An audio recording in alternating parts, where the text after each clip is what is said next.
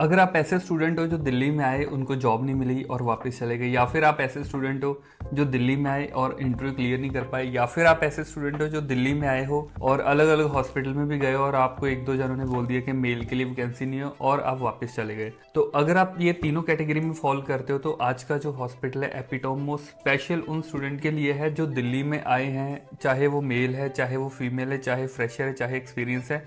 आप सब यहाँ पे ट्राई कर सकते हो क्योंकि इनको मेल फीमेल के साथ कोई फर्क नहीं पड़ता, क्योंकि इनके पास बहुत सारी वैकेंसीज हैं। इनके पास फ्रेशर की भी और एक्सपीरियंस की भी वैकेंसी है। इस हॉस्पिटल में जाने के बाद अगर आपने मुझे ये बोला कि मेल के लिए वैकेंसी नहीं या फ्रेशर के लिए वैकेंसी नहीं है, तो इसमें सबसे बड़ी गलती आप ही की होगी। तो एपिटॉम जो हॉस्पिटल है ये 100 बेड के आसपास का हॉस्पिटल है। तो ये पड़ता है न्यू फ्रेंड्स कॉलोनी खिजाराबाद। इस हॉस्पिटल का जल्दी से मैं आपको रिव्यू बता देता हूँ। मेरी वहाँ पे इंटरव्यू कैसी रही वो भी बता दूंगा, वहाँ पे क्वेश्चन क्या क्या है वो सारी चीजें बता दूंगा। लेकिन उससे पहले हम बात करते हैं इनकी सैलरी किन किन को ले रहे हैं, है ना, और क्या क्या यहाँ पे फैसिलिटीज है। तो देखो, अगर हम बेड्स की बात करें तो 100 बेड के अराउंड ये हॉस्पिटल है। NABH एक्रेडिटेशन भी है। उसके बाद सैलरी की जो बात करें, जैसे मैं अगर अपना बताऊं तो मैंने उनको ऐसे बोला था कि मुझे 1 साल के एक्सपीरियंस है हॉस्पिटल का। उसके बाद मैंने BSc करी और BSc के बाद का जो मुझे होम केयर का एक्सपीरियंस है उसके बाद मैंने बिल्कुल भी हॉस्पिटल में काम नहीं करा है। उन्होंने मुझे ऐसे ही पूछा कि कितनी आप सैलरी, तो मैंने उनको बोला मुझे 40 से लेके 80 हजार के बीच में पेशेंट मिलते रहते थे। तो फिर उन्होंने जो मेरी सैलरी लगाई कि 1 ही साल का हॉस्पिटल का एक्सपीरियंस कंसिडर करने के बाद भी 35 अराउंड उन्होंने मेरी सैलरी बताई थी मुझे कि मैं इतनी हम सैलरी आपको दे सकते हैं। तो हॉस्पिटल छोटा है लेकिन सैलरी फिर भी इन्होंने बड़ी दे दी। अगर वही मैं किसी और हॉस्पिटल में जाता, जैसे मैक्स जैसे हॉस्पिटल में जाऊं और मैं उनको बोलूं कि मुझे 1 साल के एक्सपीरियंस है, बाकी सारा होम केयर का है, तो वो मेरा 1 साल के एक्सपीरियंस काउंट करके बाकी सब जीरो कर देते और 1 ही साल के ऊपर मुझे सैलरी देते। लेकिन स्टिल इन्होंने मुझे अच्छी सैलरी दी,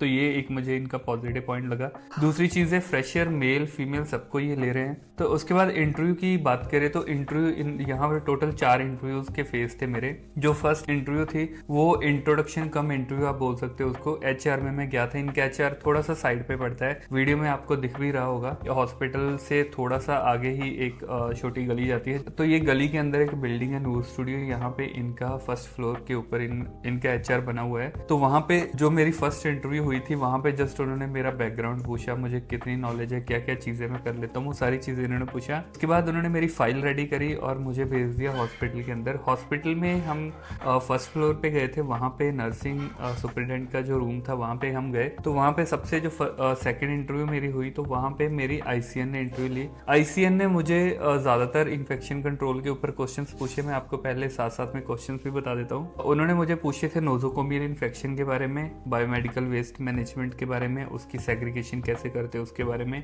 नीडल स्टिक इंजरी के बारे में, और मेडिकेशन सेफ्टी और पेशेंट आइडेंटिफिकेशन कैसे हम करते हैं, IPSG गोल कौन कौन से होते हैं, क्यों यूज होते हैं, आपको सारे सैंपल लेने हो तो कौन सा पहले लेते हो कौन सा बाद में लेते हो, तो जिसको हम ऑर्डर ऑफ ड्रॉ भी बोलते हैं। तो ब्लड कैसे विड्रॉ करके किस किस में डालना है, ये इसमें ये बताना था। उसके बाद लासा के बारे में उन्होंने पूछा, एग्जाम्पल्स उनकी पूछी, और क्रैश कार्ड के बारे में पूछा। तो ये क्वेश्चन थे जो उन्होंने ICN ने मुझे पूछे। तो टोटल अराउंड 25 मिनट्स की मेरी इंटरव्यू थी, जो मैंने अपनी इंटरव्यू रिकॉर्ड भी करी। तो मैं हमेशा ही रिकॉर्ड करता हूँ ताकि मुझे वो सारे क्वेश्चन भी याद रहे और मुझे खुद भी पता चले कि मैंने कैसे उनके साथ इंटरव्यू करी है, और मैं अपने स्टूडेंट को भी भेजता हूँ जो भी मेरा कोर्स लेते हैं। तो इसके बाद जो मेरी थर्ड इंटरव्यू थी ये नर्सिंग सुपरिटेंडेंट के साथ होनी थी, लेकिन वो आए नहीं उस दिन। वहाँ पे कोई और था उनसे नीचे, जो मुझे पता नहीं DNS है जिस भी पोस्ट पे थे वो, उन्होंने मेरी इंटरव्यू ली। उनके साथ जो मेरी इंटरव्यू वो भी 25 या 40 मिनट्स की चली, थोड़ी सी लंबी और काफ़ी लेंथी थी। तो क्योंकि मैं उनको सारे आंसर कर रहा था तो वो क्वेश्चन पे क्वेश्चन पूछते जा रहे थे, तो बहुत सारे क्वेश्चन मुझे पूछे। कभी मैंने इतने क्वेश्चंस नहीं देखे हैं किसी हॉस्पिटल में जितने इन्होंने पूछे, क्योंकि वहाँ पे इंटरव्यू के लिए बस मैं अकेला था और कोई भी नहीं था। तो आप सोचो कि ऐसा हॉस्पिटल, यहाँ पे मैं अकेला ही इंटरव्यू देने आया हूँ, कभी ऐसा हुआ भी नहीं है। मैं जिस भी हॉस्पिटल में जाता हूँ ऐसे लाइन से स्टूडेंट खड़े होते हैं ना, मुझे मास्क पहन के जाना पड़ता है कि कोई मुझे पहचान ना ले, बट स्टिल यहाँ पे कोई भी नहीं था इंटरव्यू देने के लिए, मैं अकेला ही था। अब सोचो यहाँ पे कोई जा ही नहीं रहा, आपको कितना अच्छा मौका है ना आपके लिए। आप जितनी जल्दी वहाँ पे जाओगे तो उतनी जल्दी आप जॉब सिक्योर करोगे। तो उन्होंने मुझे ऐसे ही बोला था कि आपको कैसे पता चला, तो मैंने तो जस्ट गूगल का ही बताया कि मुझे गूगल से पता चला, मैं इधर से जा रहा था तो मैंने गूगल से सर्च करा तो गूगल ने ये हॉस्पिटल दिखाया, तो मैं इसलिए यहाँ पे आ गया। बट उन्होंने मुझे ऐसे बोला कि अगर और भी स्टूडेंट आपके दोस्त है तो उनको जरूर भेजना यहाँ पे, क्योंकि उनको स्टाफ की जरूरत है। तो 4 इंटरव्यूज को क्लियर आपको खुद करना है, लेकिन इनको क्लियर करने के लिए आपको नॉलेज होनी चाहिए किसी एक भी स्टेज पे आप फेल हो जाते हो तो फिर आप यहाँ पे हायर नहीं हो सकते हो। तो इनकी जो इंटरव्यू में मेरे से क्वेश्चन पूछे गए थे वो मेडिसिन राइट्स के बारे में इन्होंने मुझे पूछा, और मेडिसिन जब देना है तो क्या क्या हम चीज़ें चेक करते हैं, क्रॉस चेक करते हैं, सेकंड चेक हमारा क्या होता है। उसके बाद बेड सोर की केयर के बारे में पूछा गया, अगर बेड सोर हो जाए तो कैसे करते हो, है ना, केयर। उसके बाद वेंटिलेटर के सारे मोड्स उन्होंने मेरे से पूछे, मैंने वो बताए। जब एक्सटूबेट करते हैं तो कौन से मोड पे लेते हैं, कैसे करना होता है। फिर इन्फेक्शन कंट्रोल के बारे में इन्होंने कुछ चीज़ें पूछी थी, just care of bundle type की। और अनकॉन्शियस पेशेंट अगर वार्ड में है तो आप उसको कैसे डील करोगे, पूरे हर आपको एक स्टेप्स बताना है। जैसे BLS के 6 स्टेप में से आप एक स्टेप भी मिस कर रहे थे तो वो भी पॉइंट आउट वो कर रहे थे कि ये पॉइंट आपने बताया नहीं, ये नहीं बताया, है ना। इस तरीके से वो मतलब काफ़ी चीज़ें एक आपकी नोट करते हैं। उसके बाद PTCA के बाद क्या क्या चीज़ें करते हैं, क्या केयर करते हैं पेशेंट की, क्या क्या चीज़ों का ध्यान रखना होता है। और ABG के बारे में काफ़ी लेंथी चीज़ें उन्होंने पूछी, है ना। ABG में जो भी हम चीज़ें देखते हैं, मेटाबॉलिक हो गया, रेस्पिरेटरी हो गया, और उनके ट्रीटमेंट के बारे में, है ना, ये सारी चीज़ें उन्होंने मुझे पूछी और मैंने उनको बता दी क्योंकि मुझे ये सारी चीज़ों का पता था। मेटाबॉलिक रेस्पिरेटरी प्रॉब्लम, उसको डील कैसे करना है, वो सारी चीज़ों के बारे में भी आप पढ़ के जाना। तो लेकिन इनमें से कोई एक भी क्वेश्चन मुझे ऐसा नहीं लगा जो मैंने अपने कोर्स में ऐड ना करा हो। तो ये सारे ही क्वेश्चन, ये सारी ही चीज़ें मैंने ऑलरेडी अपने कोर्स में ऐड करी हुई है। मैंने ऑलरेडी अपने स्टूडेंट्स को ये सारी चीज़ें बताई हुई है। तो अगर आपने मेरा कोर्स लिया है तो आप ये हॉस्पिटल में जाओ, फर्स्ट इंटरव्यू ही आपकी क्लियर होगी और बहुत अच्छी सैलरी भी आपकी लगेगी। लेकिन अगर आपने मेरा कोर्स नहीं लिया, ये सारे क्वेश्चंस में आपको थोड़ा सा भी डाउट है कि मैं कैसे करूँगा, अब तो ये मेरे से पूछे, आपको क्या पूछेंगे उसके बारे में मुझे कोई आइडिया नहीं है। लेकिन इतना मुझे 100% की श्योरिटी है कि जो भी क्वेश्चन वो आपसे पूछेंगे वो आप मेरे कोर्स में पढ़ के जाओगे, क्योंकि मैंने वो सारी चीज़ें इन्वॉल्व करी है। अभी तक 50 से ज़्यादा हॉस्पिटल में मैंने इंटरव्यू दी है और सब इंटरव्यू के क्वेश्चन मैंने अपने एक ही कोर्स में डाल रखे हैं, रिकॉर्डेड सेशन भी बना रखे हैं, हर चीज़ बना रखी है।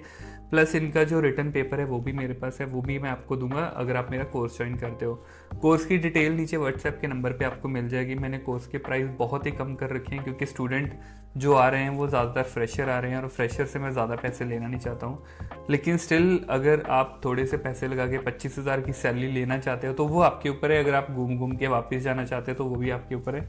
कोर्स ज्वाइन करने के लिए व्हाट्सएप का नंबर नीचे है, आप वहाँ पे डायरेक्ट मुझे मैसेज कर सकते हो। तो उसके बाद जो लास्ट 4th स्टेज थी मेरी इंटरव्यू की, वो थी उनकी MD के साथ। 50 से ज़्यादा हॉस्पिटल में मैंने इंटरव्यू दी है, लेकिन ये फर्स्ट हॉस्पिटल है यहाँ पे MD ने भी इंटरव्यू ली, लेकिन कहीं भी मेडिकल डायरेक्टर जो है नर्सिंग की इंटरव्यू नहीं लेते हैं। लेकिन यहाँ पे हुई और इंटरव्यू जो थी बहुत ज़्यादा लंबी नहीं थी और मुझे लगता है 6 से 7 मिनट की इंटरव्यू थी हमारी। तो ये जो इंटरव्यू थी बिल्कुल छोटी सी थी, इसमें बहुत ज़्यादा डिटेल में उन्होंने कुछ पूछा नहीं था, जस्ट एक नॉर्मल इंट्रोडक्शन टाइप की थी। पहले तो मेरी इंट्रोडक्शन उन्होंने पूछी, तो उसके बाद उन्होंने मुझे पूछा कि यही हॉस्पिटल आप क्यों ज्वाइन करना चाहते हो, जबकि दिल्ली में 200, 300, 400, 500 बेड तक के हॉस्पिटल है, तो क्या आपको स्पेशल लगा यहाँ पे। तो उसके बाद उन्होंने मुझे पूछा कि अगर आपके डिपार्टमेंट में बहुत ही बिजी सिचुएशन हो जाए, आप स्टाफ कम हो लेकिन पेशेंट आपके पास ज़्यादा हो जाए तो आप क्या करोगे, कैसे उस चीज़ को हैंडल करोगे, इस स्ट्रेसफुल मतलब सिचुएशन से कैसे आप डील करोगे। और उसके बाद उन्होंने मुझे एक चीज़ और पूछी कि अगर वार्ड में या ICU में कोई पेशेंट आपके ऊपर चिल्लाने लग जाता है, कोई अटेंडेंट्स आपके साथ झगड़ा करने लग जाते हैं, चिल्लाने लग जाते हैं, तो ये कंडीशन को कैसे आप टैकल करोगे, है ना। तो ये 4-5 चीज़ें उन्होंने पूछी, तो मैंने सारी चीज़ें अपने हिसाब से उनको बताई। ये जो क्वेश्चन है ये मतलब थोड़ा सा ट्रिकी क्वेश्चन होते हैं इस टाइप के कि आप किस तरीके से आंसर करते हो, उस टाइम पे आपको कैसे मतलब आंसर देना है। और रियल सिचुएशन में आपका चाहे कुछ भी आप करते हो, लेकिन अगर इंटरव्यू वाली सिचुएशन हो और यहाँ पे आपसे ये क्वेश्चन पूछा जाए तो उस टाइम पे आप कैसे उनको बताते हो, रिप्लाई देते हो, ये बहुत मैटर करता है। तो कोशिश करो ये सारी चीज़ों के सही से आंसर करने की। सारी चीज़ों के सही से आंसर कर दी तो 25,000 सैलरी आपकी पक्की है, 100% पक्की है। लेकिन फिर भी अगर आपको ऐसा लगे कि आप इंटरव्यू नहीं क्लियर कर पाओगे तो मैं बैठा हूँ, मेरे साथ आप कांटेक्ट करो। आपकी इंटरव्यू क्लियर करवाने की जिम्मेदारी मेरी है, मुझे पता है मुझे आपको कैसे क्लियर करवाना है। चाहे आप 0 के लेवल पे हो, चाहे आप 50 के लेवल पे हो, चाहे आप 100% के लेवल पे हो, लेकिन स्टिल आपको कॉन्फिडेंस नहीं है, तो ये सारी चीज़ें आपकी कवर करूंगा मैं। आपका कॉन्फिडेंस, आपकी मॉक इंटरव्यूज, आपके लाइव सेशंस, है ना, और उसके बाद हॉस्पिटल के रिटन पेपर्स, और वहाँ पे जाके कैसे बोलना है, क्या बोलना है, और ऐसी सिचुएशन बेस्ड क्वेश्चन को कैसे आपको ट्रीट करना है, A to Z आपको सारी चीज़ें बताऊंगा। तो उसके लिए आप मेरा कोर्स ज्वाइन कर सकते हो। कोई भी और डाउट है, किसी हॉस्पिटल की सजेशन देनी है, किसी टॉपिक के ऊपर वीडियो चाहिए तो जरूर मुझे नीचे कमेंट करके बताओ। और वीडियो अगर अच्छी लगी तो वीडियो को लाइक जरूर करना और चैनल को सब्सक्राइब कर देना, क्योंकि अब मैं बहुत सारे हॉस्पिटल में इंटरव्यूज दे के आया हूँ, तो बैक टू बैक आप आपके लिए हॉस्पिटल्स के ऊपर इंटरव्यूज आती रहेगी। चैनल को सब्सक्राइब करके रख लेना ताकि एक भी वीडियो आप मिस ना कर पाओ। और अब मैं कोशिश करूँगा कि ट्यूसडे और सैटरडे को एक एक वीडियो डालने की, और संडे को मैं कोशिश करूँगा लाइव सेशन करने की, क्योंकि बहुत सारे स्टूडेंट कमेंट सेक्शन में बहुत सारे डाउट्स पूछते हैं। तो सबके डाउट्स क्लियर करने में, कई बार सबका रिप्लाई करने में मुझे टाइम नहीं मिल पाता, क्योंकि टाइम की बहुत ही ज़्यादा कमी हो रही है। तो स्टिल मैं कोशिश करता हूँ ज़्यादा से ज़्यादा आपके डाउट्स क्लियर करने का। तो आज की वीडियो के लिए बस यही था। हम मिलते हैं नेक्स्ट वीडियो में, तब तक के लिए बाय बाय।